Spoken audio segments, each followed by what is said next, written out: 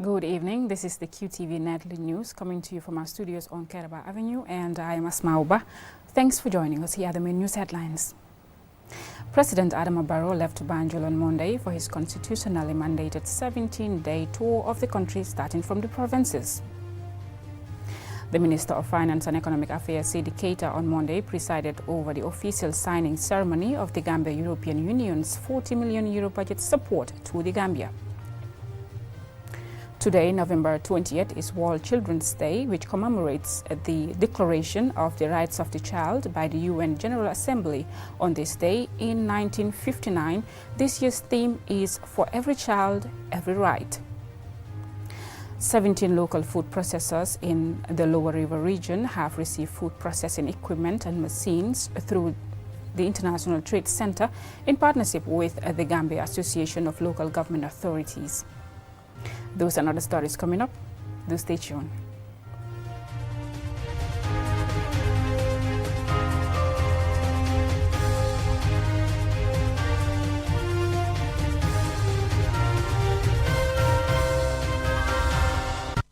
Thank you for staying with us. Now, President Adama Barrow left Banjul on Monday for his constitutionally mandated tour of the country, starting from the provinces, accompanied by some cabinet ministers and government officials. The president will host 18 joint community meetings and visit 21 project sites across the country.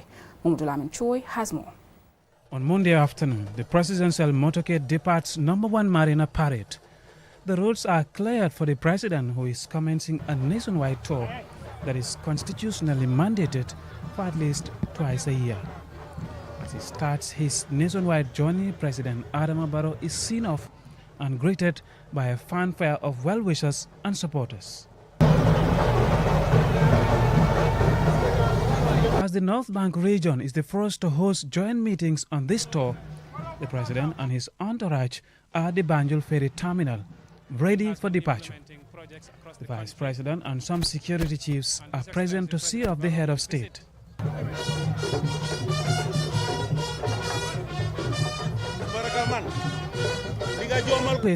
All the 7 administrative regions of the country are gearing up to meet the president for dialogue on significant national matters. The 7-day-long tour is scheduled to feature 18 joint community meetings and visits to 21 development project sites. This will cover key socio-economic sectors such as agriculture, infrastructure development, including in the transport, energy, sports, and skills development. Here is the president sharing with the public about his plans and expectations for the nationwide tour. Thank you very much. It's a constitutional requirement that the president should go and dialogue with the people.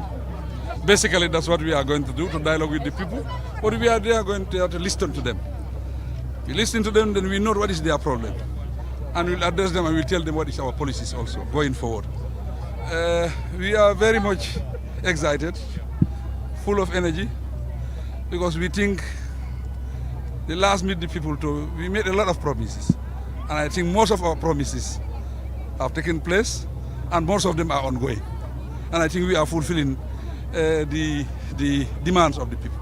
The farmers are eagerly awaiting your first meeting. So what message do you have for them? So we will break the silence when we get there at the first meeting. We already have a very good price for the farmers. We are subsidizing the groundnut, highly subsidized for that matter. Almost 48% subsidized. Thank you. So you also will be laying foundation stone for several other projects, and several others are still ongoing. We'll be visiting some. Laying foundation, inspecting other projects that are ongoing, projects that have started, projects that are finishing. So we have a lot of projects going on. The Meet the People tour will allow President Barrow to see firsthand the impact of his government's programs, projects and policies on the lives and livelihoods of the Gambian people. The presidential dialogue with the people will also allow the president to understand the needs and aspirations of the Gambian people for informed decisions on the challenges facing our country. Mamadou Lamin Choi, QTV News. The Minister of Finance and Economic Affairs, Sidi Keita, on Monday presided over the official signing ceremony of the Gambia European Union's €40 million budget support to the Gambia. Lolem Kamara tells us more. The signing ceremony brought together government officials, the EU delegation headed by its ambassador, and development partners. Officials say the move signifies yet again another significant milestone in the partnership between the Gambia government and the European Union. Sidi Keita, Gambia's Minister of Finance, says the EU's intervention will help economic diversification, boost the production, and improve infrastructure. He added that the budget support will provide the needed fiscal space to fund government priorities. This agreement of a $40 million budget support over the next 3 years is a testimony to that effect. And we take this with pride and humility to know that our partners are here with us on our journey of reform-centered leadership. His Excellency the President Adama Barrow of the Republic is very much focused on improving governance and reform in order to build a resilient and vibrant economic management leadership. Minister Keita further highlights some of the areas the support will cover. It cannot be business as usual, and the population needs the services, and those services must be delivered within the context of a governance framework. And the center of the partnership is reforms to that. In this regard, we are happy to know that anchors of the budget support pillars centered on general conditions such as the public policy, macroeconomic stability, public financial management, and budget transparency and oversight. These are a must because we as government are spending resources on behalf of the population, and these 4 pillars are the building blocks. So you are merely helping us do our job. And we do not see this as any externalities or imposition of conditions, but these are necessary tools in any effective governance system. And to further strengthen the dialogue and our cooperation, we have other areas that this support will cover, such as the transitional justice, migration, social protection, and program-based budgeting.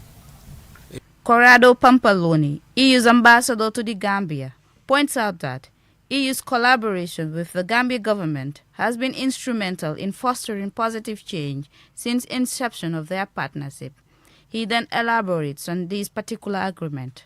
We are placing particular emphasis on bolstering key sectors that are integral to sustainable development.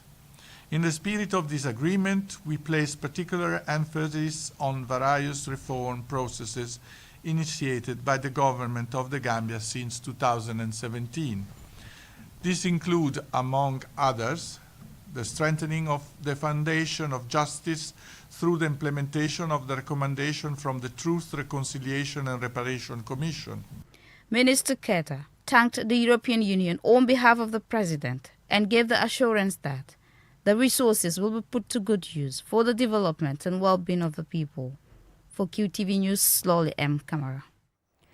Today, November 20th, is World Children's Day, which commemorates the Declaration of the Rights of the Child by the UN General Assembly on this day in 1959. This year's theme is For Every Child, Every Right. We look at the international and national context of this day. This story by Julden Jai is narrated by Loliem Kamara. This year's commemoration comes amid staggering statistics on children suffering around the world. 1 in 6 of the world's children live in a conflict zone, according to a recent report by Save the Children. And every minute, 15 children die around the world from poverty, easily preventable diseases, illnesses, and related causes. In the ongoing conflict between Israel and Palestine, thousands of children have died since October 7. An additional 1,800 children are missing under the rubble, most of them presumed dead, according to Al Jazeera.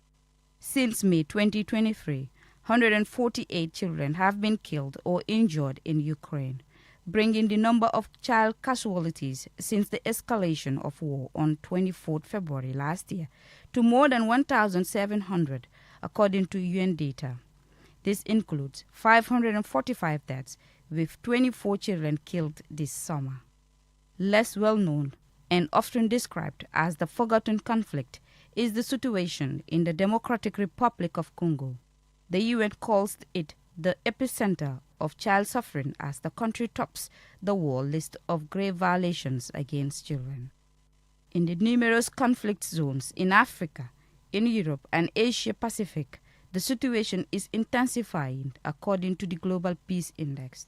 In commemorating the day, the UN Committee on the Rights of Child says it marks it in a somber mood and calls for ceasefires and a return to basics of humanitarian law to safeguard all children.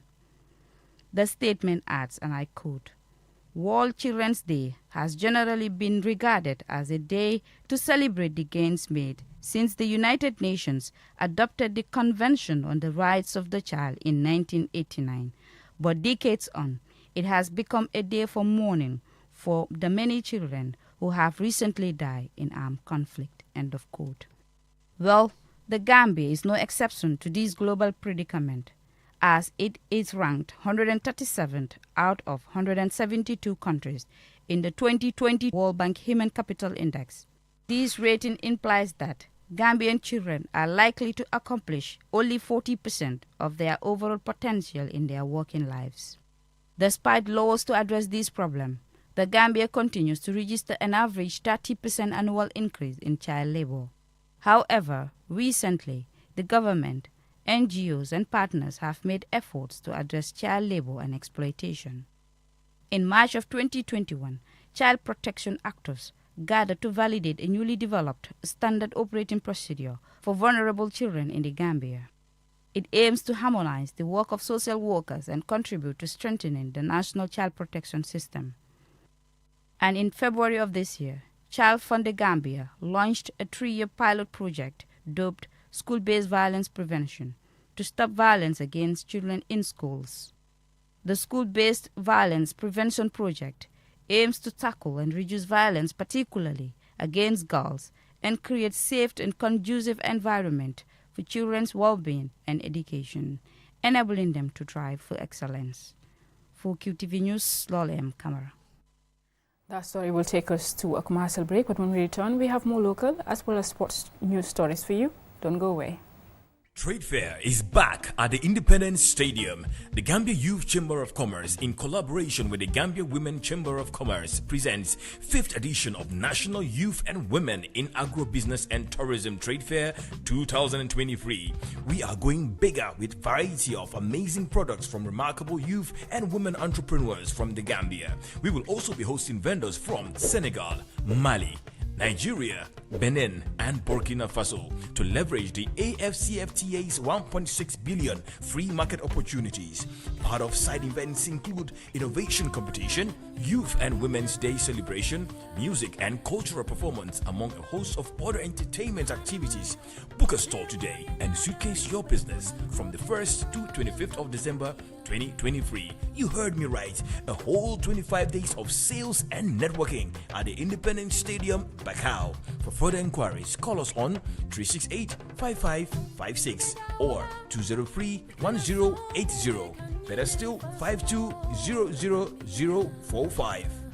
The future is now with QCell's 5G network. Experience speeds like never before with our new 5G Rocket Fixed Internet plan. Get speeds from 10 Mbps to 100 Mbps. Your 5G-enabled devices. Walk into QCell headquarters to get one of our 5G routers and experience the true feeling of 5G. Only with QCell. QCell brings you the future. Tech, innovation, incredible speed. The future is now. For more information, call our customer care on 111. QCell, Sunyabus. We innovate, others follow. Terms and conditions apply.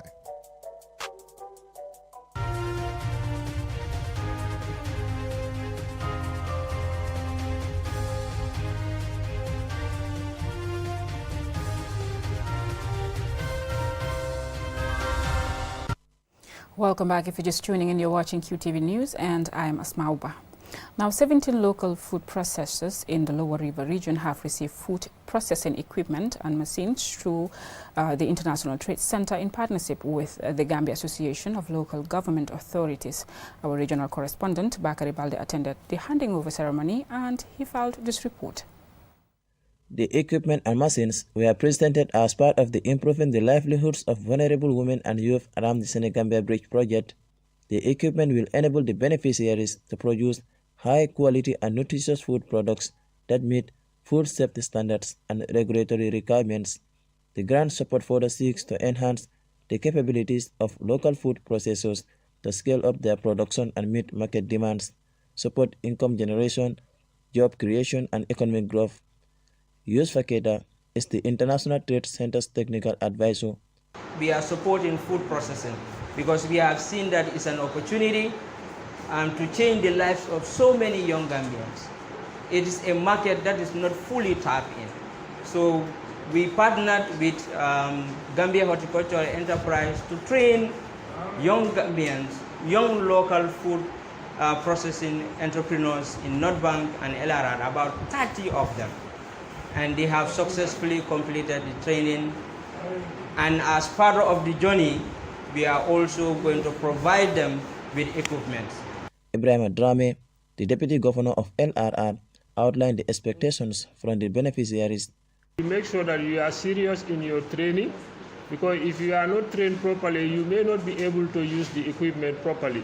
And this equipment, like I said, they are expensive, so you must have to take good care of them. And then upon the training, you have to make sure you deliver to expectation.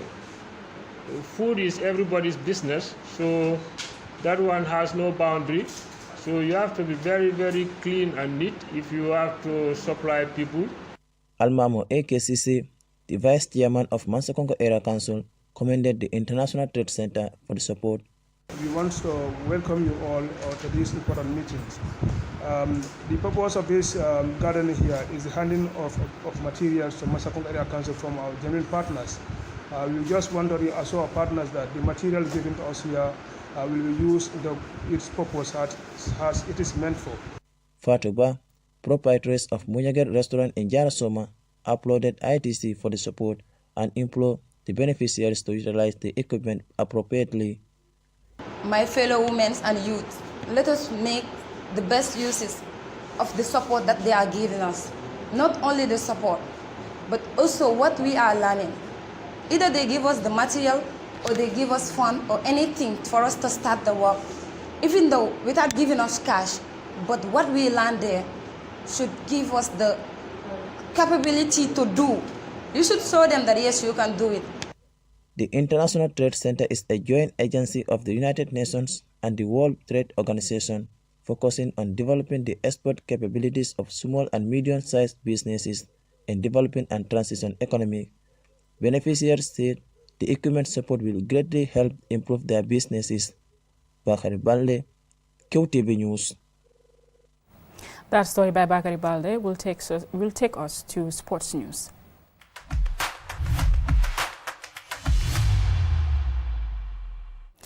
Now, defending champions Real de Banjul won 1-0 against Greater Tomorrow in Week 2 of the 2023-2024 GFF First Division League in Brikama on Sunday. Our sports reporter Mamoudou Gajaga watched it all, and this is his report. Real de Banjul made it a second win in a row when substitute Mohamed Suso scored from a close range after Sheikh Jao crossed in the 85th minute to win 1-0 against Greater Tomorrow. The game seemed destined for a draw, but the champions found a way to win. Debut goal scorer Mohamed Suso was delighted.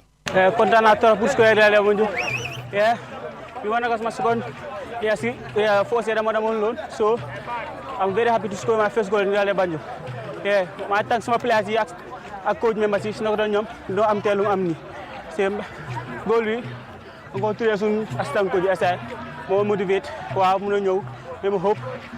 Greater Tomorrow played very exciting football, passing with accuracy and great attacking intensity. Their playing style made them control almost the entire first half, although they missed 2 golden chances to take the lead. Serif Mankajang, coach of Greater Tomorrow, says his team weren't lucky and they played against a more exciting side. I think they were not just clinical at the total of the field. If they were more composure at the total and if they were clinical, we could have won the game. But these are kids, most of them this is their first year to play the elite football, the last apex of government football. But we'll go back to the drawing board and work on scoring more. Yeah, it could have been avoided. I think the reaction of the defenders was a little bit slow there. they could have acted before the attacker, but so unfortunate the attacker acted before them, so he converted to a goal. But I believe we will work on that as well. Knowing that Greater Tomorrow had the majority of the first half possession, Ibrahima Jatta, Real de Banjul coach, made some substitutions to boost his attack. Omar Diouf, Sek Jau and Mohamed Suso, goal scorer, made the difference. The coach said it was an important victory for his team. I knew personally that it's going to be a difficult first half, but these are kids who want to entertain the audience, so we are not here for that.